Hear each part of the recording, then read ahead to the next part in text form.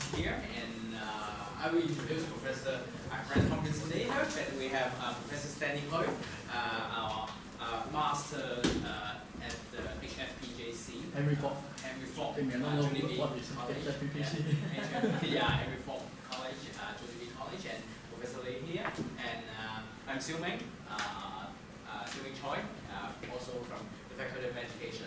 So it's my pleasure to introduce Professor Grant Tomkinson. He's the professor of the Human Movement and Exercise and Sport Science at University of South Australia, and a member of ARENA, Alliance for Research in Exercise, Nutrition and Activity. Professor Tomkinson's work explores how physical fitness relates to health across the lifespan. He is internationally recognized for revealing global trends in fitness that bring impact on policy and practice. Today, he will share his work, his findings, whether people are more fit today than in the past. Please join me in welcoming Professor Grant Tomkinson. Thank you, Siu Ming, and thank you very much for the invitation to join you today at this university. Beautiful campus, nice warm weather. Except for the last few days, I'm sorry I brought the typhoon. Apparently it's my fault. I brought it with me. And people tell me that if a foreigner brings bad weather, it's good luck. Yes. I don't understand that. Maybe I should buy a lottery ticket, I'm not sure. I'm going to try to talk to you today about a burning question I've had for a while. And that is, are we more fit today than in the past? Now, I'm not interested in whether our fitness levels change as we age. Rather, I'm interested in whether today's generation is more fit than previous ones. I'm going to start by providing evidence for why physical fitness is important for good health. I will then explore what's happened to fitness levels over the last few decades. And we'll finish by looking at what might be causing or perhaps correlated with these changes in fitness. So what do we mean by physical fitness? Physical fitness is a set of attributes that you have that, or you can achieve, that relates to your ability to perform physical activity. The most important types of fitness for good health are your cardio fitness or your cardio endurance, which is your ability to perform physical activity that uses the big muscles of the body for a long time, like running, cycling, swimming, or rowing. And secondly, your muscle fitness, which is the ability of your muscles to produce force maximally, that's your strength, very quickly, we call that your power, or repeatedly, that's your endurance. And here we're talking about the resistance activities, like lifting weights or weight-bearing tasks. Unfortunately, fitness is not easy to measure, and it can be measured in very different ways. For example, objective measures in the lab are usually best when assessing individuals, like a gas-analyzed VO2 max test. Unfortunately, they're not practical or feasible when assessing large groups of individuals, like when trying to surveil the population. And that is why we typically measure fitness using validated field tests, which require people to perform everyday movements. These include things like running, walking, cycling, or bench stepping without gas analysis to assess your cardio fitness. For muscle fitness, we usually use gripping or jumping tests because they're simple, cheap, easy, and require very little equipment or tester expertise. To highlight the importance of cardio endurance for good health, this screen shows the research of Professor Stephen Blair from the University of South Carolina, who used data from the Aerobic Centre longitudinal study, which followed over 52,000 men and women. Now at the top of this screen is what's called attributable fractions, which is really just a fancy way of estimating the number of lives in the population that could be saved if we were to eliminate the risk factor. Say by turning a smoker into a non-smoker, or someone with low fitness into someone with high fitness. And on the left of the screen, you see these are the common risk factors. Low cardio fitness was the strongest predictor of death, estimated to cause about 16% of all deaths, and stronger than any other risk factor, except blood pressure in men, and stronger than the combined deaths due to obesity, smoking, and diabetes.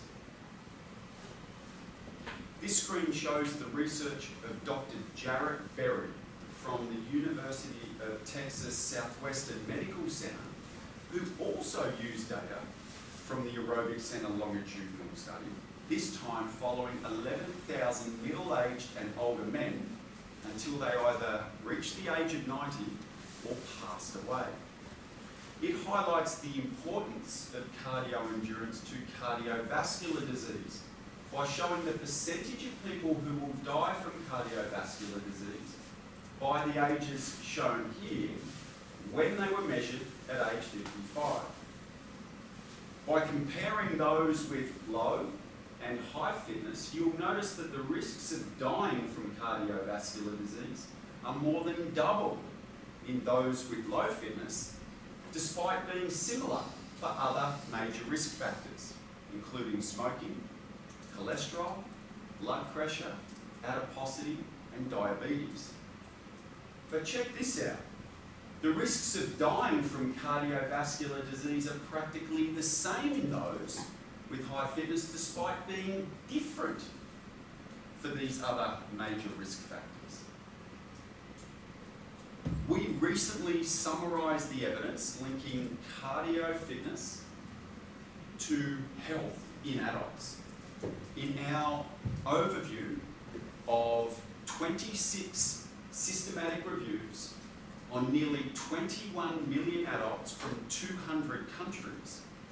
We found that low cardio fitness was strongly and consistently associated with early death from any cause, cardiovascular disease and cancer among apparently healthy individuals. And for those with chronic conditions like heart disease, heart failure, and cancer, those with low cardio fitness had a poorer prognosis. In another study, a meta-analysis of 3.8 million adults from 35 different cohorts, we found that every 1 MET increase in cardiorespiratory fitness, which is the same amount of energy required for sitting quietly, reduced the risk of early death from any cause or cardiovascular disease by 14 to 16%. Above all else, the strongest, independent, modifiable predictor of your health and longevity is your cardio fitness level. Muscle fitness is also a very important indicator of your health now and in the future. And a good general measure of muscle fitness is your grip strength. An overview of 8 systematic reviews on nearly 2 million adults found that low muscle strength was associated with early death from any cause and cardiovascular disease, as well as physical disability. Evidence from the prospective urban-rural epidemiology study, which followed over 140,000 middle-aged and older adults from 17 countries for 4 years, found that every 5 kilogram reduction in your grip strength increased the risk of dying early from any cause or cardiovascular disease by 16 to 17%. Turns out that your low grip strength is a stronger predictor of death than high blood pressure. Now, while kids are generally pretty healthy, their muscle fitness levels are a sign of their health to come. Low muscle fitness among youth is a strong predictor of poor health, both cardiometabolic and bone health in later life, and even predicts whether you're going to die early from any cause, cardiovascular disease, and even suicide. In fact, your strength as a teenager predicts death just as well as adiposity and high blood pressure. Low cardio and muscle fitness also is associated with considerable economic burden on government healthcare spending. Using Canadian data, Professor Jean-Philippe Chaput from the Children's Hospital of Eastern Ontario estimated that a 10% reduction in the prevalence of adults with low muscle or cardio fitness would lead to considerable healthcare cost savings of about 20%.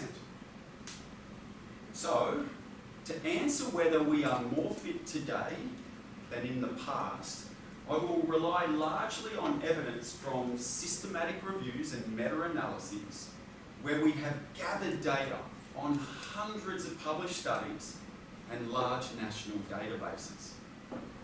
All up, we have gathered over 70 million muscle and cardio fitness test results on children and adults from 60 mostly high-income countries over the last half a century.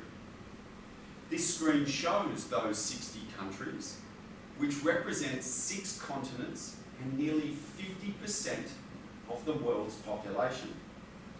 So, starting with cardio fitness, who thinks, hands up, who thinks we are more fit today than in the past? Maybe. Who thinks we're about the same? You think that, right? And who thinks we're less fit today than in the past? Very strong. 2 hands. Well, let's find out. This screen shows the international trends in kids' cardio fitness using the long-distance running performance of over 25 million children from 40 countries. Higher values indicate better fitness and lower values indicate poorer fitness. You'll notice that cardio fitness levels actually improved, but only in the 1960s, because after about the mid-1970s, it has declined at about 5% per decade until about the year 2000, when the decline started to slow and level off. Put another way, the kids of today are about 15% or nearly 2 METs less fit than their parents were when they were kids. Not all regions have fared the same. This screen shows a global, back to the future race through time between the typical 12-year-old in 2010 and in 1975. Across all regions, kids' 1-mile run performance was worse in 2010 than a generation earlier, and relatively much worse in kids from North America and Africa. Kids from those regions would finish nearly 1 lap behind in a 4-lap race. We find a similar pattern in cardio fitness for adults, using data on over 2.5 million adults from 8 high and upper middle income countries we found that the decline in cardio endurance was about half of that seen for kids, a decline of about 2.5% per decade, or about 1 Met overall since 1990. Interestingly, we found declines in all 8 countries, and declines that were larger for men than for women, and for younger adults than for middle-aged or older adults. While rare, the cardio fitness levels of some age groups in some countries have actually recently improved. Using data on the 6-minute walk-in performance of over 100,000 older Japanese adults since 1998, we found an overall improvement of about 8%, which was equivalent to a 75-year-old's cardio fitness improving to better than that seen for a 70-year-old in 1998. In other words, when they were 5 years younger. At least in Japan, there seems to have been a closing of the age gap in recent decades. Now, recently, the world was hit by the COVID-19 pandemic. Some countries, like Australia, where I'm from, experienced lockdowns, while other countries, like Japan, encouraged their residents to stay at home and to reduce social contact. Using census data on over 16 million Japanese kids in grades 5 and 8 between 2013 and 2021, we found that during the pandemic, body mass increased, exercise time decreased, and cardio endurance levels decreased even after adjusting for age, sex, body size, and exercise time. In fact, the decline in cardio endurance during the pandemic was 18 times larger than the improvement seen before the pandemic. And this is consistent with many countries around the world. We also found declines in muscle endurance in Japanese kids, but no changes in any other aspects of fitness. Little is known about whether the changes that have occurred for those with average fitness have actually occurred for those with low or high fitness levels. This screen shows the results of our study where we examined trends in the 12-minute running performance across the entire distribution of Italian 11 to 13-year-old boys in blue and girls in red between 1984 and 2010. Now you'll notice that kids with low cardio endurance experience the largest declines, while those with high cardio endurance experience smaller declines and even improved. These trends are consistent across many countries and suggest that it is the kids with low fitness who are in the greatest need of our help. However, there is some good news, with evidence from China indicating that those with low fitness may actually be doing better. Using population representative data, this screen shows the research of Dr. Lu Yan from Shanghai University of Sport, who examined trends across the entire distribution using the bench stepping performance of over 600,000 Chinese adults between 2000 and 2014.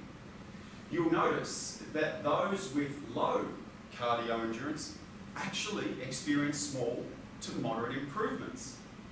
Those with average cardio fitness improved a little bit, and those with high cardio endurance declined a little bit.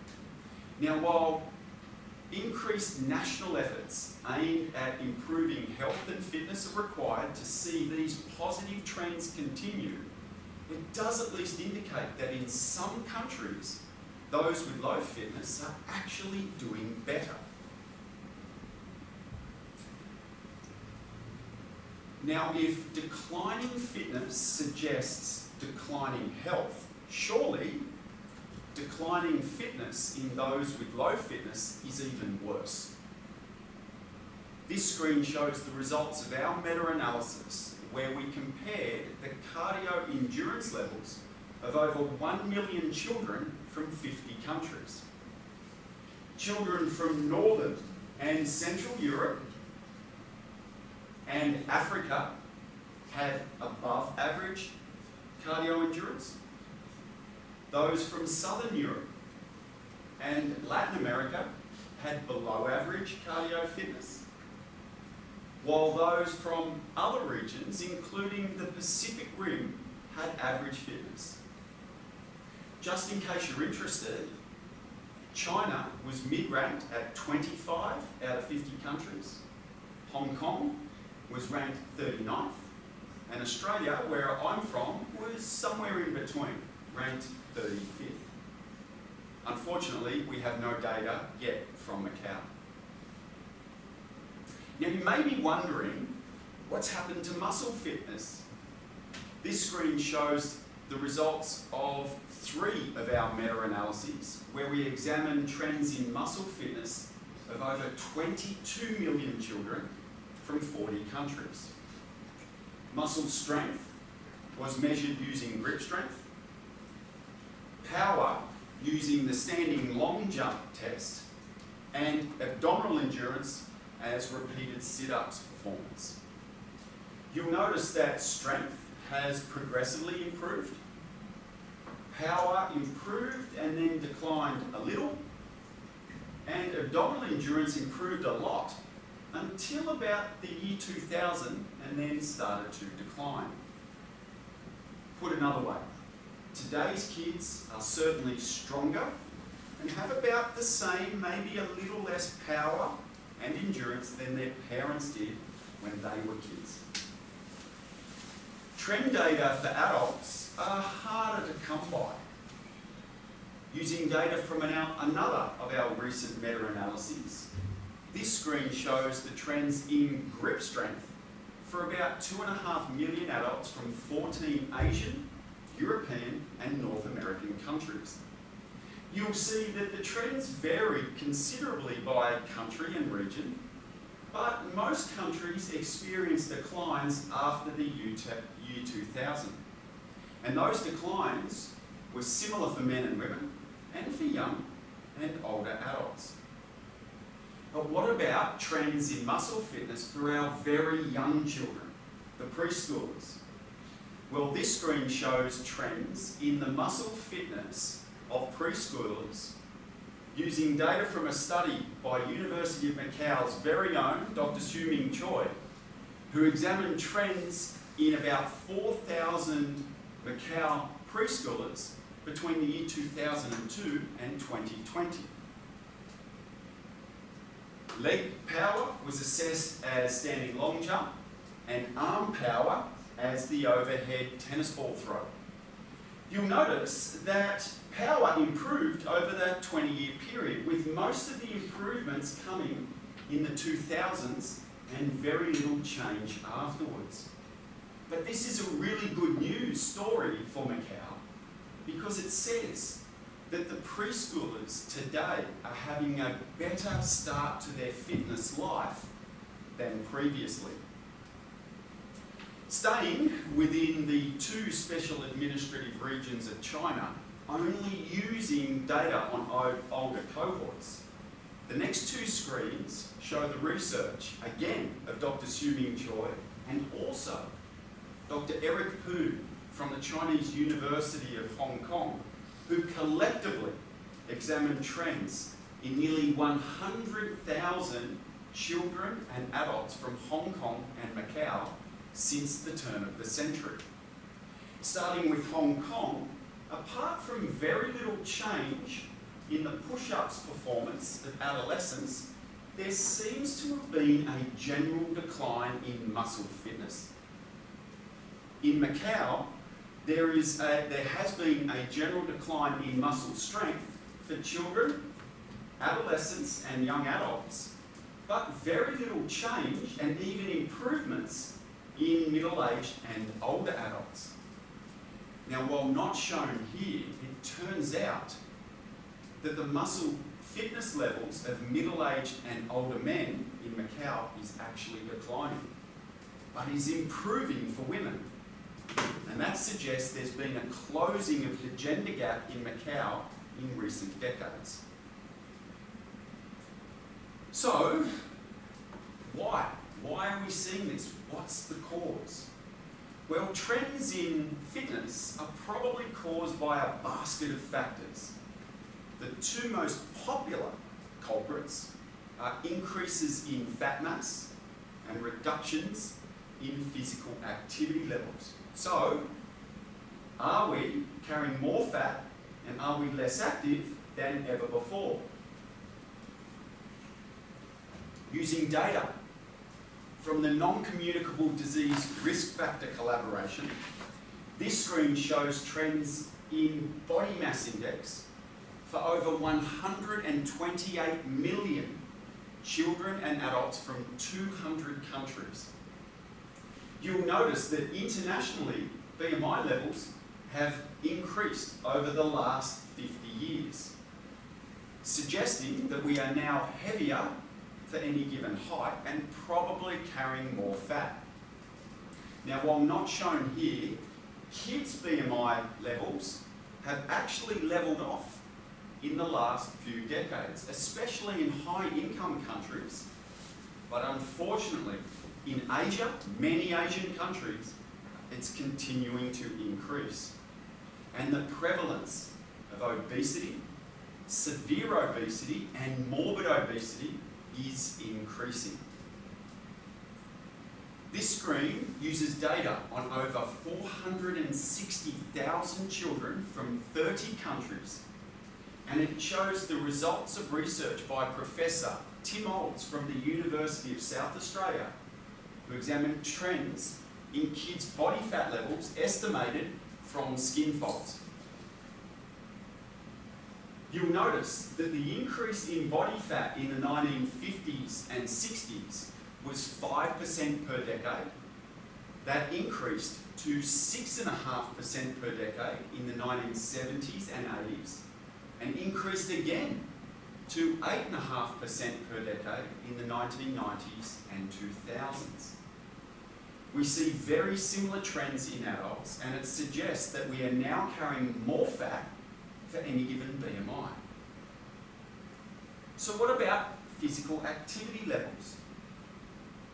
Using data on over 5.7 million adults from 163 countries, Dr. Tessa Strain from the University of Edinburgh found a global increase in self-reported insufficient physical activity levels since the year 2000. Insufficient physical activity means not doing at least 150 minutes of that moderate to vigorous huff and puff intensity exercise every week. Prevalence estimates of insufficient physical activity are more than double in high income than in low income countries, and have actually increased in high income countries but decreased in low income countries. In a systematic review, Dr. Scott Conger from Boise State University examined trends in physical activity levels measured using wearable motion devices like accelerometers and pedometers. Using data on over 2.5 million adults, children and adults from 8 high-income countries, Dr. Conger and colleagues found that there has been a general decrease in physical activity levels, especially amongst adolescents. In children, aged 4 to 11 years, shown on this screen, the mean rate of decline was 800 steps per day, per decade. In adolescents aged 11 to 19 years, this mean rate of decline doubled to 1,500 steps per day per decade. And in adults, the mean rate of decline reduced to 600 steps per day per decade. The next three screens show the research of Dr. Verity Booth from the University of South Australia, who examined trends in kids' physical activity behaviours. You'll notice that the percentage of kids who participate in organised sports and activities has generally increased. In contrast, the percentage of kids who use active transport to and from school, the human transport like walking, running, cycling, scootering or skating, has declined, while the percentage of kids who participate in school PE has remained pretty steady. Aside from the amount of physical education kids get, Professor Shingo Noi from the Nippon Sports Science University suggested that kids' fitness levels are actually sensitive to what they do in physical education. In Japan, every decade since the Second World War, school physical education curriculum has changed. In the 1960s, the emphasis was on systematic exercise. In the 1970s, it was on physical fitness. In the 1980s, it was play. And in the 1990s, it was fun. And kids' fitness levels have changed alongside these curriculum changes. In the 60s, they improved. In the 70s, they improved or remained steady. And in the 1980s and 90s, they declined. Global and national physical activity guidelines recommend that most of the 60 minutes per day for kids and 150 minutes per week for adults be accumulated mostly from the aerobic activities. Nowadays, muscle and bone strengthening, or those resistance activities like lifting weights, are also recommended. Using data on from the Youth Risk Behaviour Surveillance System and the Centres for Disease Control and Prevention, this screen shows that there has been a general increase in the percentage of kids and adults from the United States who are engaged in muscle strengthening activity. Despite these increases, more males than females and more younger people than older people are engaged in resistance activities. These differences highlight targets for intervention. We have also examined links between trends in fitness and trends in broad socio-economic and health indicators in each country. The strongest predictor of a country's trend in fitness was the trend in the gap between rich and poor people, as evidenced by the Gini index. Countries with a widening gap between rich and poor people, like those from France, Lithuania and Seychelles, have experienced the largest declines in fitness. And this is probably because they have a growing number of poor people who lack the resources, the time, the opportunities, the knowledge to be sufficiently active to improve or to maintain their physical fitness levels. We have not found any significant links between trends in muscle fitness and trends in body size or the gap between rich and poor people in each country. But we did find that countries with the largest declines in physical activity levels experienced the largest declines in leg power and abdominal endurance. And this is important because it suggests that if we can increase kids' physical activity levels, we can improve their muscle fitness. And we can do that by having them meet global and national physical activity guidelines, which recommend that kids get at least 60 minutes of that moderate to vigorous huff and puff intensity exercise on average every day. From aerobic activities like running, cycling, swimming, but also playing sports that provide an aerobic challenge, like basketball, tennis, and soccer, as well as resistance training, muscle and bone strengthening activities like climbing on playground equipment, jumping, and lifting weights at least 3 times per week. For adults, we should get 150 minutes of that huff and puff aerobic exercise every week, plus at least 2 resistance training sessions, or if you're an older adult, at least 3 resistance training sessions per week. My advice, I would encourage you to tweak your week and make life harder. I want you to think about throwing some low tech in with your high tech, add some muscle to your hustle, and remember to get outside and play, perhaps in the dirt, and don't worry if you get a little bit hurt. If you can follow those rules, it'll put you, your children, and your parents on the right path to developing the fitness habits that will keep you all healthy now and into the future. Thank you. Any questions? You may ask in Chinese and then we may translate for you. Yes. 你们有什么问题可以问，中文问都无所谓。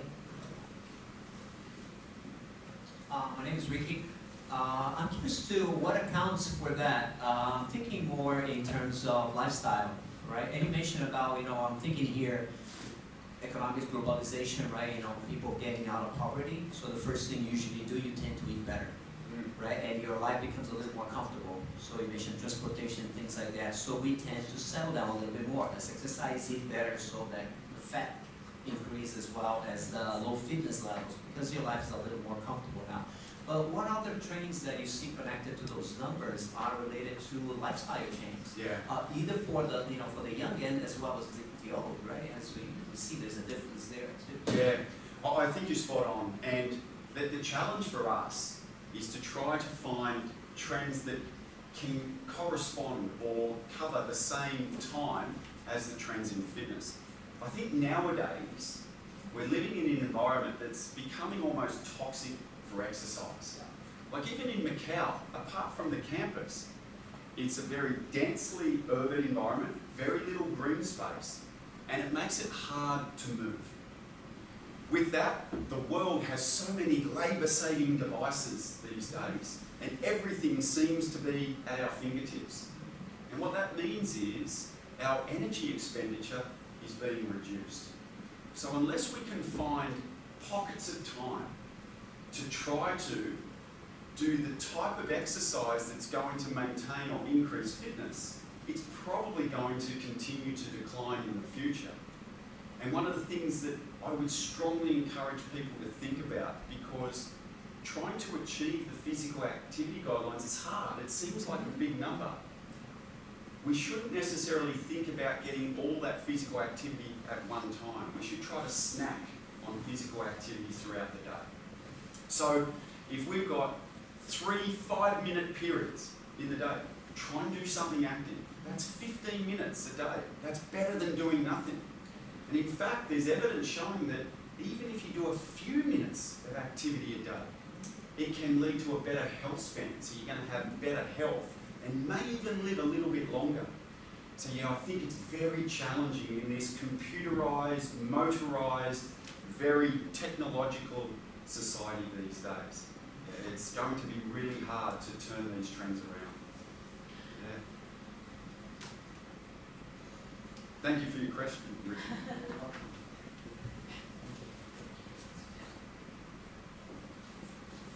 Perhaps I'll ask I'm Grant. Thank you for such a wonderful and very informative presentations. So we learned a lot from the presentations. I just want to ask you a really more general feeling questions. Knowing that you've been doing a lot of those fitness trends tracking data around the world, regionally, globally. You know that we are declining with physical activities and also the parameters in fitness, particularly obesity. And we have been also doing a lot to promote improving fitness and physical activities. WHO is announcing the guideline for us. Governments are doing a lot of different campaigns and promotion. What do you see down the road? Now it's 2025. Another 10 years, we've been tracking 10, 15 years already.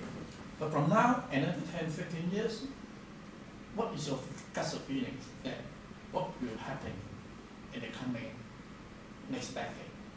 Are we still, that there is no choice that we will keep on going declining, or we may have a chance or opportunity that we can turn over with the current promotion or recommendation from WHO, from the government? Maybe your feelings may be different from internationally, globally, or maybe regional. Different part of the world may be different. I just want to hear about your feeling. You're kind of our fitness watcher, okay? You're watching out what's going on around the world. So what's your gut feeling about it? Yeah. That's one question. So I have another question. I'm actually optimistic. Okay. Well, I think, so the trend that we showed in kids' cardio fitness, it's starting to turn. Now, I don't know if it turns back or it's just temporary. That's crystal gazing, that's forecasting, which is what you're asking me to do. okay. But I'm thinking we might be tracking the right way. There's some reasons for that. And I think we're becoming certainly more aware that physical activity and fitness is good for us. I think physical activity monitoring is flawed and it's problematic. Nowadays, we know that the self-reported questionnaires, they're fraught with danger. Very hard to measure using accelerometers, particularly in low and middle income countries. It's hard. Fitness is a really good proximate outcome of physical activity and is a good measure of your total physical activity profile. And we know fitness relates well to your health independent of your body size and your activity level. So I think we should focus more on it. I think there seems to be more of a focus on resistance training nowadays, but the guidelines around resistance training are pretty poor. They say 2 or 3 times a week and just do some stuff, but it's not very prescriptive. I think maybe with the next iteration of the guidelines, hopefully we've got more evidence that gives people more clues as to how to do it. I also think there's been a real focus on girls and women in the last decade or two. And we're seeing a closing of that gender gap where the trends for girls in fitness are much better than they are for boys. And so maybe girls and women, if we keep focusing on them through sports initiatives, I think we're going to see that's going to lift the health of the nation, because those women are the mothers and they are the ones who provide most of the caring to the children, so it might trickle down to the children. Yeah, I'm really optimistic, Stanley, that it's going to be better, and I've got all my fingers crossed that it's going to work. I really am. I'm glad to hear that you said you were optimistic about what's coming on. And originally I had my second question is what the reason behind that. You did mention a few elements or factors, but I know we are releasing guidelines, right? We are releasing guidelines. Governments are doing some things like Hong Kong that we are talking about decreasing physical inactivity at least 10%. That was several years ago, saying that by 10% by year 2025, that is this year. I'm looking forward to hear about their announcement on the result. I don't know what they're doing. Are they doing a good job on that? But they're saying declining physical inactivity for at least 10%. So these kind of guidelines, okay, I'm not sure whether those guidelines are effective, or do we have to do something, or we are doing something on the school curriculum, or maybe facilities in the community. So what do you feel about that? What should we do? As you see around the world, any effective or useful strategies that we can turn it over? If I knew the answer to that, I'd be very rich. Yes. Or would be a lot And you'll healthier. be the Yeah. governor.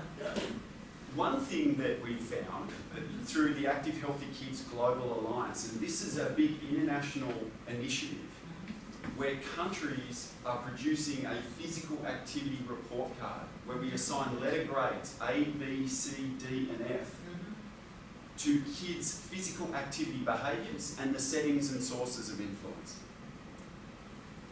Looking at the analyses across those countries, we know the countries that have the best structures, the best resources, the best equipment, have the worst physical activity behaviours. And in so many countries, I see these beautiful resources, but nobody's using them. So I don't think that if we build it, they will necessarily come. So I'm not sure that that's the answer. Another thing that we've done is, I think that different people have different triggers or things that can help set them on their physical activity journey. We did some research a few years ago with adolescent boys who are overweight or obese. Now they tend not to do particularly well in aerobic activities. They don't like them, they get picked on, things move, they don't feel good about themselves. So what we tried to do is get them doing resistance training because they tend to have a lot of muscle. And we followed them for a 6-month intervention and their muscle strength went through the roof, improved immensely. Their body composition stayed the same because we didn't provide any dietary advice. But their self-concept and self-esteem improved a lot. And after 6 months follow-up, so in 12 months' time, yeah, their strength came down a little bit, but their self-esteem and self-confidence stayed high. And we heard that they were now more willing to try aerobic activities. And so maybe the way that we can get some people engaged is find the part of the physical activity guidelines which is most attractive to them and so for some pockets of people, like those with overweight and obesity, maybe we just start with resistance training. Get the muscle and bone strengthening activities, do that 2 or 3 times a week. Maybe they don't achieve the aerobic component, not yet. But if they feel confident, they're getting stronger, maybe after a little bit of time, they might try the aerobic activities. But I think sometimes with the aerobic guidelines, there's too much. They seem like there's too much. Then again, there's some countries like Japan who aim higher. Speaking to my colleagues in Japan, they asked their older adults to achieve double the WHO guidelines. And I asked why. And they said because Japanese people believe they can do better. So they aim higher. And that's why early on I showed you that the older adults are actually improving. So maybe for some people we're aiming too low. I don't know. I think the biggest challenge, and maybe this is a question to everyone here, who knows the physical activity guidelines? Do you all know them? Hands up if you know the WHO or the National Physical Activity Guidelines. 世界卫生组织的身体活动指引。指引或是指南，每周我们要有多少分钟的身体活动时间？你们知道吗 Never heard of that? Never heard about it.？Never heard. Okay, my fault, my fault. I think that you should know that just like you know your body weight, you know your blood pressure, you know your heart rate, you have to know the PA guidelines. Yeah. But this is the thing, I Being a think. sport major. This is the thing, I think, Stanley. Like, half of them they are Half not. of them. Half Oh, of them. then I don't blame you. You're not engaged. and if you were to ask most Australians, Yes. I don't think they know. I don't think most residents in Macau would know. So maybe we're not aiming too high, maybe we're not aiming too low.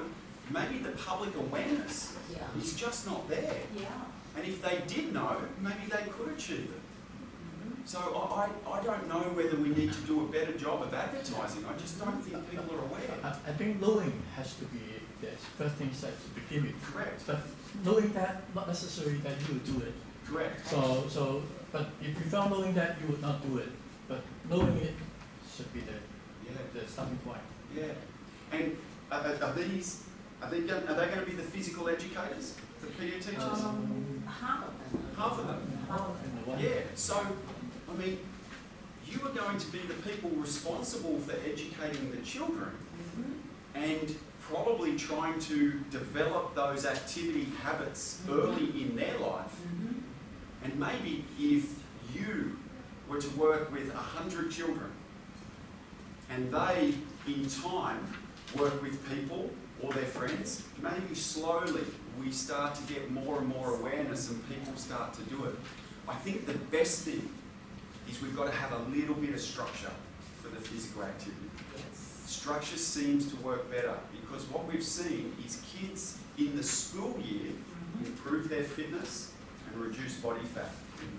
But when they go on school holidays, particularly in the summer, fitness goes down, body fat levels go up.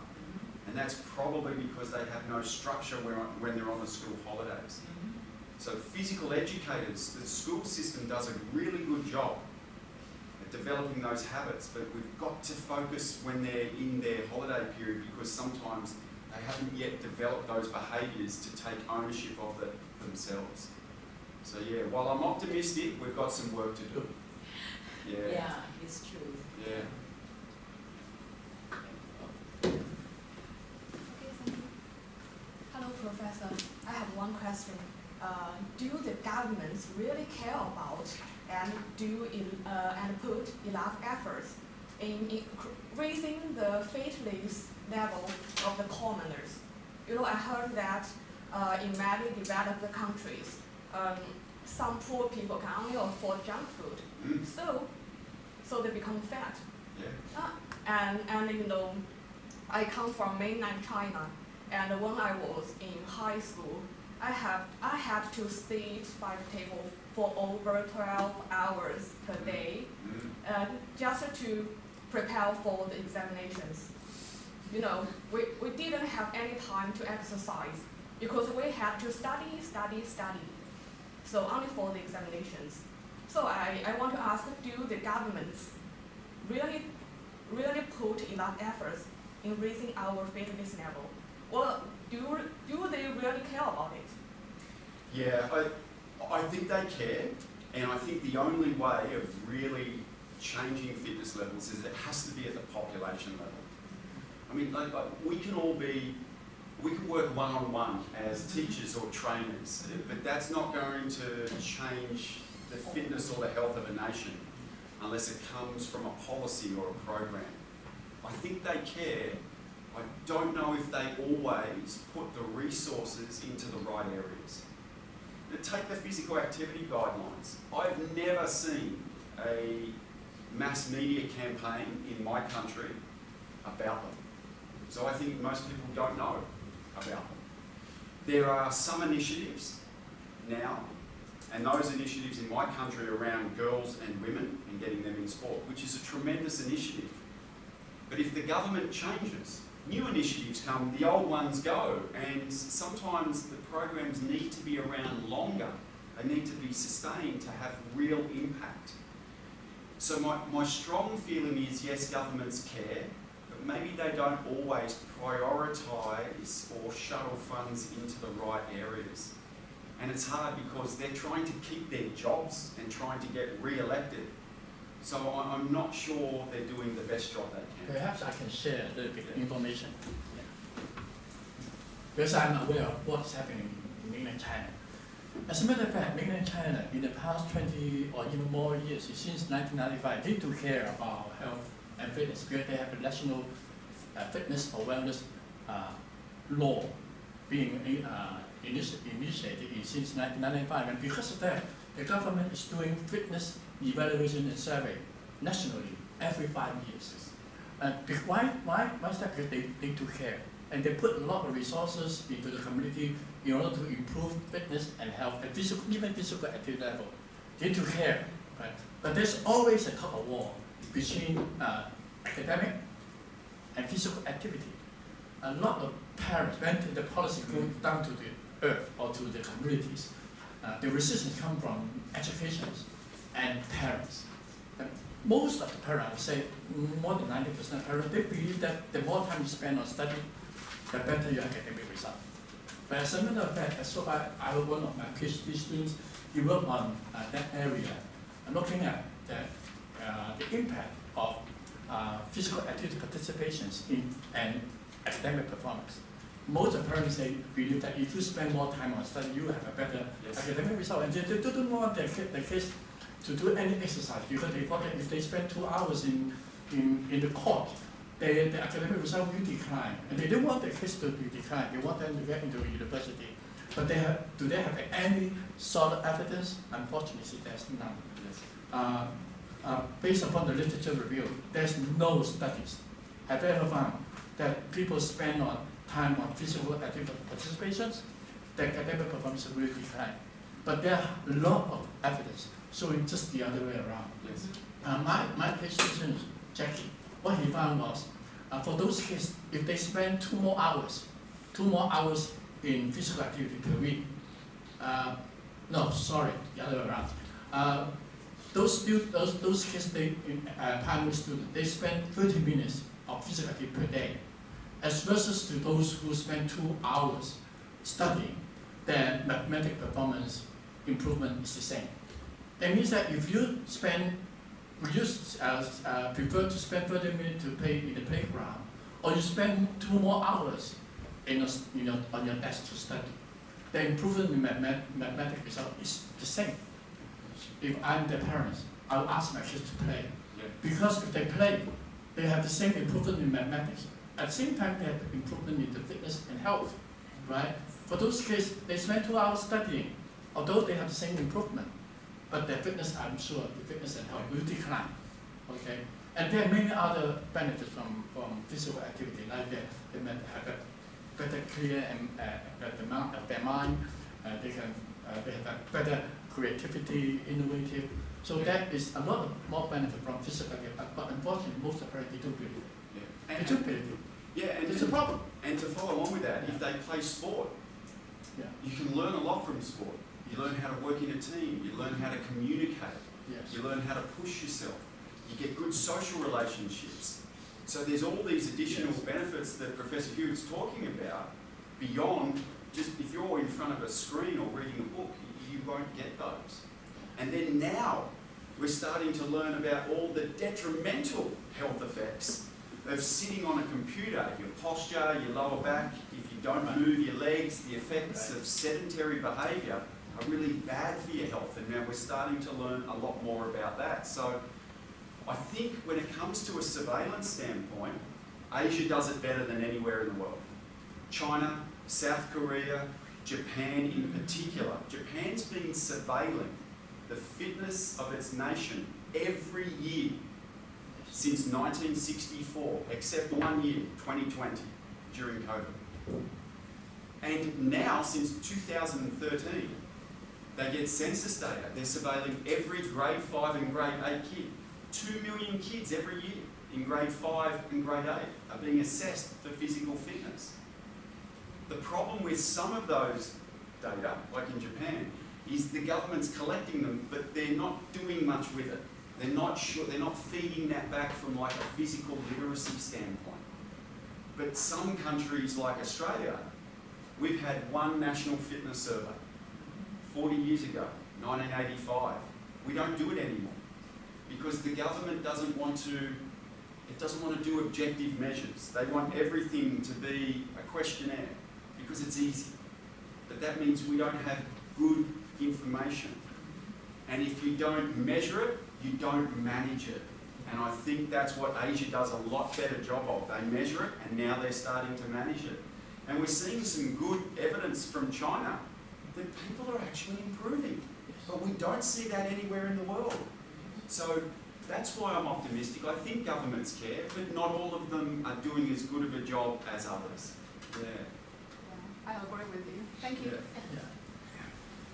I was just going to make a comment on my perspective of a Westerner in China or in Asia in general. So when I moved to China first, as a professor teaching and so on, I was surprised to find the students, and you mentioned, like what you mentioned about 中考, 高考, so many tests you have to take, and how the family prioritizes, right? So at the macro level, you can have the government actually, and WHO and so on, pushing down what it's supposed to do, but it's so hard, right? Because at the micro level, within the families, priority is important, right? So study comes first, so it's hard to convey that and get that across.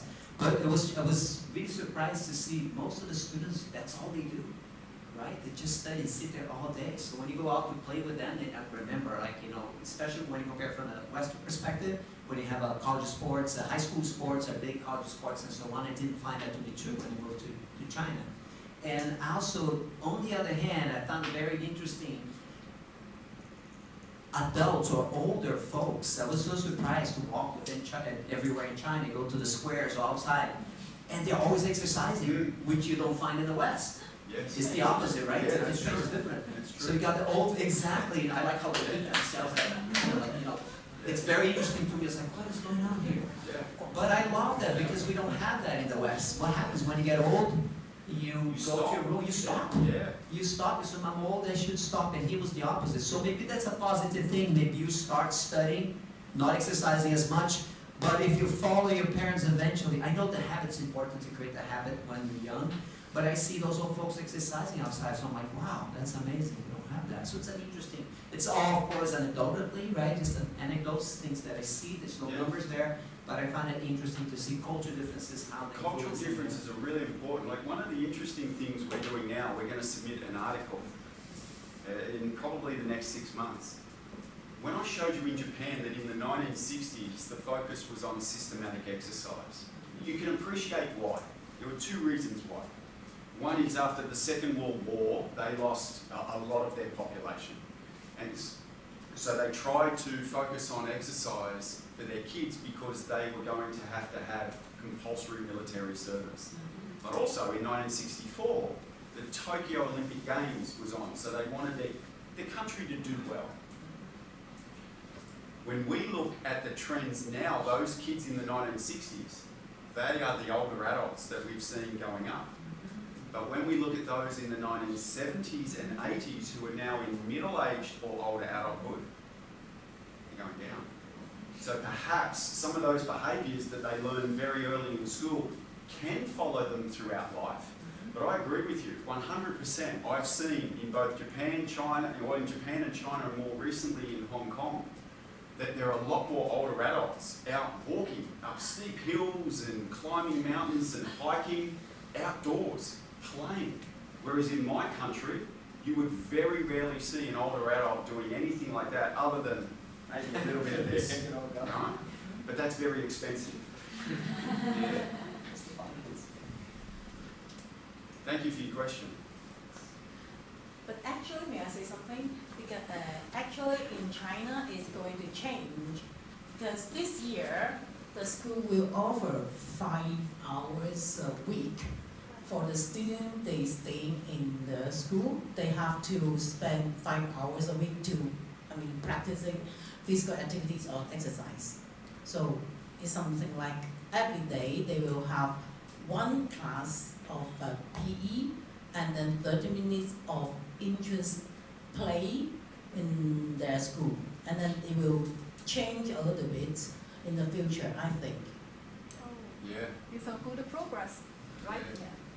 Well, one thing from my research journey that has happened is when I first started as a doctoral student, I was focusing on kids because I wanted to try and help kids have a healthy start to life because I had some young kids at that stage. Now as I'm getting older, my kids are doing okay, but I see my parents, my aunties and uncles, and they're starting to go downhill. And I'm finding that we can do a lot better. So now I'm starting to focus on middle-aged and older adults. And what I've found is that kids, there's a lot of programs for them. I'm not saying they're all working, but there's a lot. Young adults are generally okay because, well, we know their fitness levels are going down fast. If they do, they're out in groups, they might be in the gym, they tend to go out and focus on fitness. Older adults like to socialise, get together and do work. But when you're in that middle age bracket, from maybe 40 to 65, when you're very career driven, I'm I'm finding that seems to be a really challenging time for people to invest in physical activity. And now I'm at that stage of my life. And it's hard to translate the benefits of focusing on your fitness. And one of the things I like to do when I'm talking to people, now in this country, do they have like retirement funds, superannuation? We do. We do, right. Not for everyone. No, not for everyone. And not much. Not much. The idea behind them is the more you put into your superannuation fund early, the more you have at the end. And your fitness is the same. The more you put into it early in life, the more you have at the end. But you can start at any time. Even if you start when you're 50 or 60, you can still get the benefits. The problem is to get the big benefits, you have to put in a lot more. And the trick is we don't want older adults to get hurt. Because if they get hurt, they very rarely recover. So that's why I would say that if we think of fitness like your superannuation, we need to chip away at it, put a little bit in as much as we can, because then when we retire and we really want to enjoy life, we're going to have a better quality of life, we're going to have fewer junk years. And that's one of the challenges, because we're living longer, but we're not necessarily living better. Right? Yeah. May I ask questions as I know that? As I know that there's really amazing or interesting muscle training, and structural strategy that's happening in Australia. Would you share with us about that? Because they're promoting the elderly or old adult would join this kind of muscle training during their retirement. Yeah. Is that happening in your country? Sort of, right? I think what's happening at times is it's like preaching to the converted. I think those who are aware and open to it are reaping all the benefits. But it's the others that are just lagging behind. And it's a real challenge. Like, even my parents, I remember my mum used to say, look, I know you're an exercise scientist. I know you know what you're talking about, but I'm not doing that, right? Because she didn't want to be told by me. And sometimes same message, different person, different result. Right? So yeah, So that's why you need EIM. yeah. So Yes, I spent like more than 10 years to convince my brother to get into exercise. yeah. And then I spent money to pay for him to go to the gym and then to hire an instructor Yeah. to teach him how to do muscular exercise. Well, the way I got my dad to do exercise is I tricked him. I tricked him into exercise, but now he actually exercises a lot. And he loves the electronics. Okay. And he used to be a salesman, and he loves when you go to the shops, let's say the price is $500, he tries to talk the person down. So one day I said to him, Dad, I need to get a new iPhone. Can you take me? Leave it to me, my dad says. So we go to one shop. My dad's talking. I said, nah, yeah, I don't like that one. Okay, we go to the next one. Let's walk. I don't know that one. We go to the next one. Okay. Yeah. Then once we got the phone, I said, Dad, I need to buy a new shirt. Let's go. We started walking around. All he wanted was to stop for a coffee, and I bought the coffee. And then at the end of the day, we walked about 12,000 steps. Wow. And I said to him, how do you feel, Dad? He goes, oh, I'm a little bit tired, but not too bad. I said, Dad, you've walked 12,000 steps. He said, oh, it's pretty easy. And I encouraged him to start walking with my mum around the local neighbourhood. And once he started to realise it wasn't so bad, he would always walk, but he always walked out, had a coffee, rested, and walked back. And he does that every day now. And it started from that because I tried to get him to deal, do the talking. Yeah. And that was just a way to try and find what worked for him. It's hard to do that for everyone. But yes, we can have some success. For the resistance training, he's now doing some body weight resistance training at home. That's great. Because he's already feeling a bit better. He feels the benefits of it. So yeah, he's starting to do some things, which is good. Nice. Yeah. So at least At least one victory. I've had one victory.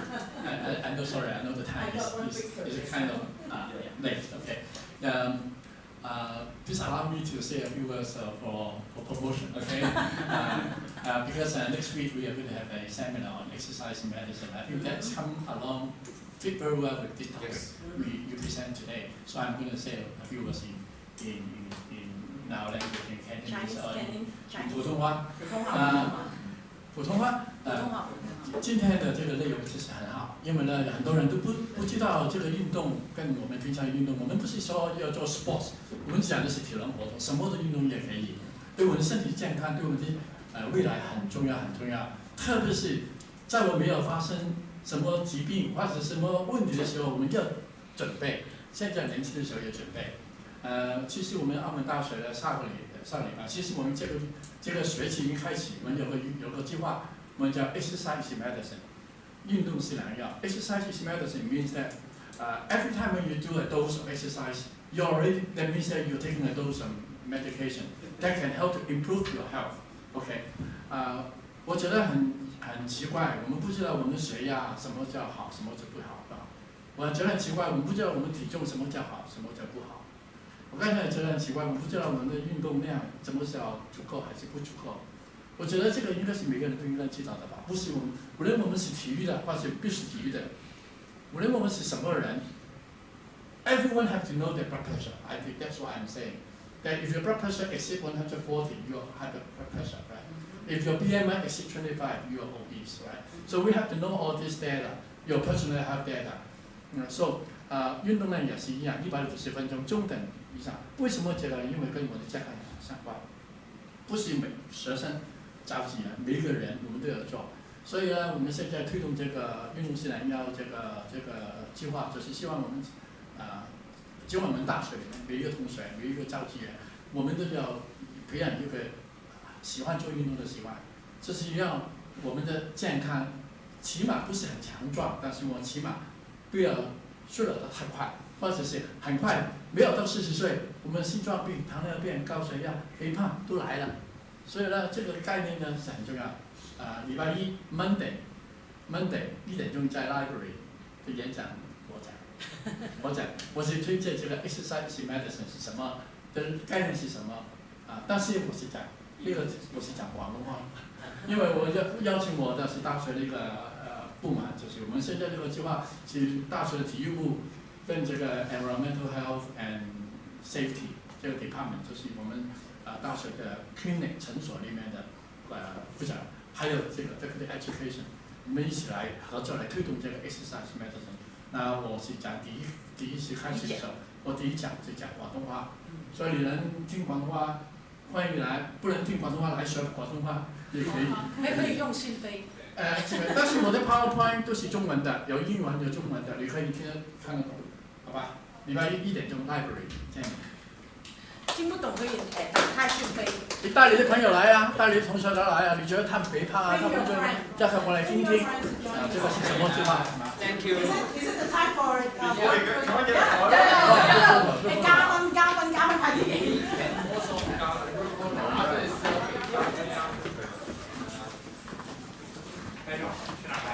过来。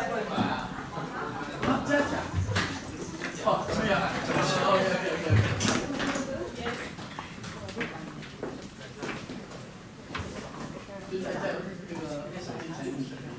Everyone look here.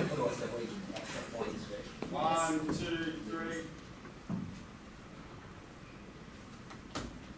Yeah, thank you. Official group photo. Yeah, and a more official group photo like we just do it here. But we come here and take a group photo and then come up here. One question. Hi.